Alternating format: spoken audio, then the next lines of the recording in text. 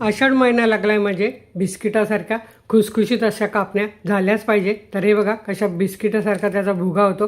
तर नमस्कार, मी अनिता केदार्स रेसिपीज मराठीमध्ये तुमचं मनापासून स्वागत आहे. तर चला आज आपण बनवूया पारंपरिक पद्धतीने गव्हाचं पीठ आणि गूळ घालून खुसखुशीत कापण्या बनवण्यासाठी इथे मी गूळ घेतला आहे आणि एकदम बारीक चिरून घेतलेला आहे सुरीने. तर मी इथे 1.5 वाटी गूळ घेणार आहे. तर आता हे बघा, हा 1 वाटी घेतला आणि हा अर्धी वाटी गूळ असा 1.5 वाटी घेतलेला आहे. त्याप्रमाणे पीठ पण आपण घेणार आहोत. तर हे बघा, यात आपण हे 1 वाटी पाणी आणि अजून अर्धी वाटी आपल्याला पाणी घालून घ्यायचं आहे आणि हे 5 मिनटं असं हलवून घ्यायचं आहे म्हणजे गूळ पूर्ण विरघळेल. आणि मग आपण हे पाणी पिठात घालायचं आहे. ते कसं घालायचं आहे पुढे मी दाखवते. तर आपला गूळ विरघळतो आहे तोपर्यंत आपण इथे 3 कप गव्हाचं पीठ घेतलेलं आहे. हे बघा, असं भरून 3 वाट्या घेतलेलं आहे. आणि त्यासाठी आपल्याला लागणार आहे 3 टेबलस्पून, साधारण हा पाव कप एकदम बारीक रवा आहे बघा, 0 नंबरचा बारीक रवा. जर जाड रवा असेल तर तुम्ही तो मिक्सरमध्ये फिरवून घेऊ शकतात. आणि पाव कप आपल्याला बेसन घालायचं आहे. याने एकदम खुसखुशीत होतात आणि या संपेपर्यंत टिकतात. आता इथे मी घेतलेली आहे सुंठीची पावडर, अगदी अर्धा चमचा घालायची आहे.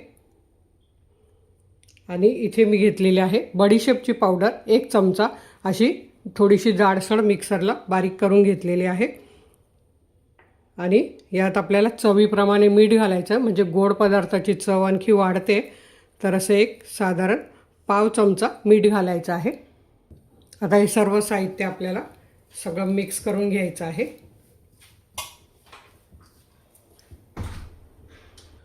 आता इथे ज्या कढईत कापण्या तळायच्या त्याच कढईत मी 3 टेबलस्पून तेल घेतलेलं आहे आणि ते तापवून घेतलेलं आहे. आणि ते आपल्याला ह्या पिठावर हे बघा असं 3 चमचे घालून घ्यायचं आहे.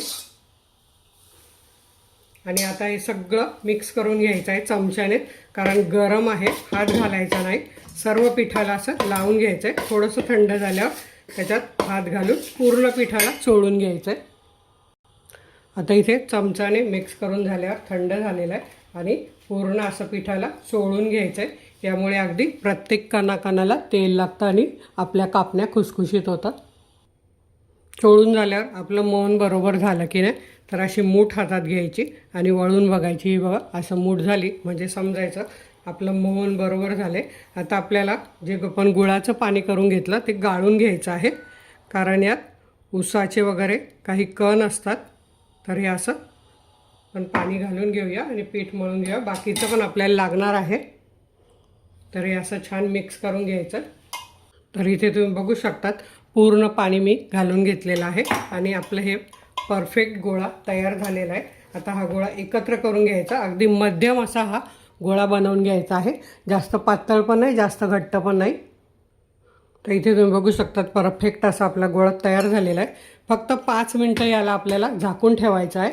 तोपर्यंत आपण तेल तापत ठेवूया. तर आता आपलं पीठ ठेवून 5 मिनटं झालेली आहे. छान भिजलेलं आहे हे बघा. आता आपण यातला एक गोळा घेऊया आणि तो लाटून घेऊया. थोडासा जाडसर, चपातीसारखा पातळ नाही लाटायचा आहे. हा बघा, छान असा गोल गोल करून घेतलेला आहे. आता आपण हा लाटून घेऊया.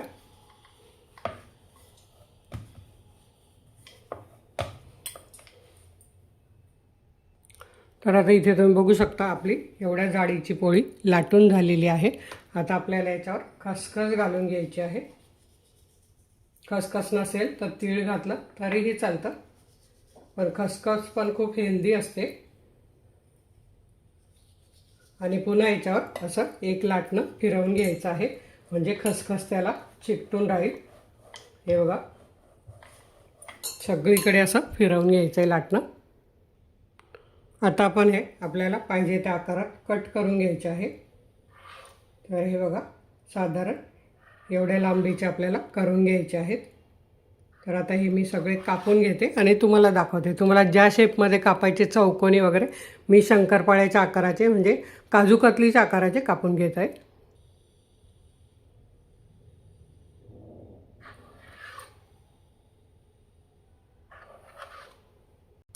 तर इथे तुम्ही बघू शकता आपले छान असे कापून झालेले आहेत. आता आपण हे काढून घेऊया. हे बघा, छान असे मस्त आता मी हे सगळे काढून घेते आणि आणखी एक पोळीचे लाटून करून घेते, मग आपण तळूया. तर इथे तुम्ही बघू शकतात आपले हे 2 झालेले आहेत. आता आपण तळायला घेऊया. तेल आपलं तापलं की नाही चेक करूया.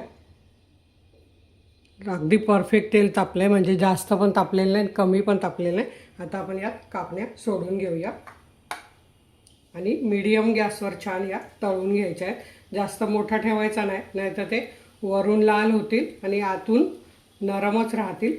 तर खुसखुशीत होण्यासाठी मध्यम गॅसवर आपल्याला या तळून घ्यायच्या आहे. आता या तेलात जेवढ्या बसतील तेवढ्या आपण या घालून घेऊया. आणि आता मी इथे टाकताना गॅस बारीकच ठेवलेला आहे. आता मी तो थोडा वाढवते, मीडियम करते. आता ह्या वर येईपर्यंत याला हलवायचं नाही. बघा तळून झाल्यावर कशा वर येत आहेत. तुम्ही जर लगेच झाऱ्या घातला तर त्या तुटू शकतात, कारण नरम असतात. त्या वर आल्या म्हणजे त्या एकदम परफेक्ट झाल्या असं समजायचं. आता ह्या अजून बाकीच्या वर यायच्या आहेत आणि नंतर आपल्याला असं तेल हलवत आपल्याला त्या तळून घ्यायच्या आहेत. हे बघा असं तेल हलवायचं आपल्याला आधी आणि सगळ्या वर आल्यावर मग त्या पलटी करून घ्यायच्या आहेत. तर आता या सगळ्या वर आलेल्या आहेत. आता याला आपण अशा पलटी करून घ्यायच्या आहेत आणि अशा हलवत हलवत छान सोनेरी रंग येईपर्यंत तळून घ्यायचं आहे. 1-3 मिनटं जरी लागतात ह्या तळायला. तर इथे तुम्ही बघू शकता छान असा सोनेरी रंग आलेला आहे. आता आपण गॅस बारीक करायचा काढताना आणि या काढून घ्यायचा आहे. रंग बघा किती सुंदर आलेला आहे आणि या कापण्या तुम्ही संपेपर्यंत टिकतात. पण ह्या रोज खाल्ल्या जातात, त्यामुळे काही जास्त दिवस आपल्या घरात राहत नाही, कारण ह्या चवीला अप्रतिम लागतात. हे बघा मस्त रंग आलेला आहे. तुम्हाला आवाज येतच असेल. हे बघा छान खुसखुशीत झाला आहे. अजून गरम आहे, त्या आणखी थोड्या थंड झाल्यावर मस्त खुसखुशीत होतील. आता मी बाकीच्या पण तळून घेते. आणि कापण्या टाकताना आता आपण जो गॅस बारीक केलेला आहे तो तसाच ठेवायचा. कापण्या टाकून झाल्यावर तो मध्यम करायचा, म्हणजे सगळ्या कापण्या एकसारख्या होतात. नाहीतर मग जो तुम्ही आधी टाकाल मीडियम गॅसवर त्या लाल होतात. तर सगळ्या कापण्या सारख्या तळून झाल्या पाहिजे म्हणून. आता माझा हा गॅस बारीक आहे. आता मी या टाकून झाल्यावर वाढवून घेते. तर हे बघा टाकून झाले. आता मी मीडियम करते. आता मी सगळ्या कापण्या तळून घेते मग तुम्हाला दाखवते. इथे तुम्ही बघू शकतात मस्त अशा खुसखुशीत कापण्या तयार झालेल्या. इथे तुम्ही लेअर बघू शकतात किती छान झालेलं आहे. आतून अशा मस्त, अजून थोड्या गरम आहे त्यामुळे थोड्याशा नरम आहे, पण छान असं हे बघा भुगा झाला म्हणजे समजायचं आपल्या ह्या कापण्या एकदम खुसखुशीत बिस्किटासारख्या झालेल्या आहेत. तर तुम्हीसुद्धा ह्या कापण्या नक्की करून बघा. व्हिडिओला लाईक करा, मित्रमैत्रिणींना शेअर करा. वेळात वेळ काढून व्हिडिओ बघितल्याबद्दल तुमचे मनापासून धन्यवाद. अशाच माझ्या छान छान रेसिपी बघा, बनवा, खा आणि हेल्दी राहा. धन्यवाद.